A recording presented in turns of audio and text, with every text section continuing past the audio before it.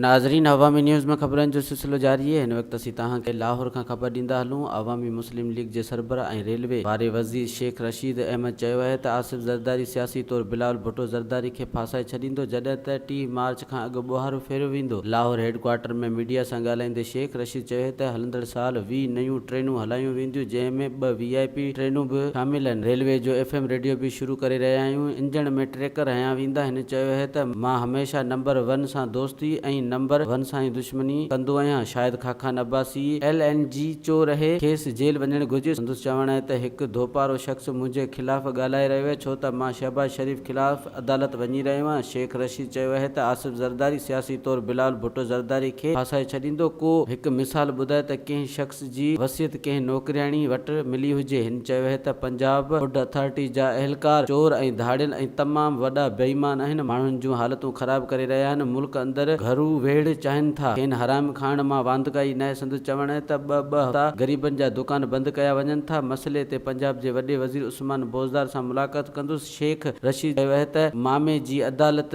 लॻाई वई आहे, पाण ई इल्ज़ाम हणे पाण ई फ़ैसिला कनि पिया। साफ़ कपिड़ा न पहिरण ऐं खपे त मिटी लॻियल हुअण ते 50,000 रुपया ॾंढ विधो वञे। छा ही संदुनि पीउ जा पैसा आहिनि? हिन चयो आहे त ACL में नाला हणण सभु घणा जवाबदार परॾे भॼी वेंदा ऐं ACL मां गैर ज़रूरी नाला कढणु घुर्जनि। इहा इंसाफ़ जी घुर आहे। जेकॾहिं कंहिंखे दुबई या लंडन वञणो हुजे त मूंखे दरख़्वास्त ॾे, मां खेनि 3 ॾींहंनि लाइ परॾे वञण जी इजाज़त ॾियण जी कोशिशि कंदुसि। वधीक ख़बरनि ऐं तफ़सील लाइ विज़िट कयो अवामी news Facebook page, YouTube page ऐं अवामी न्यूज़ वेबसाइट।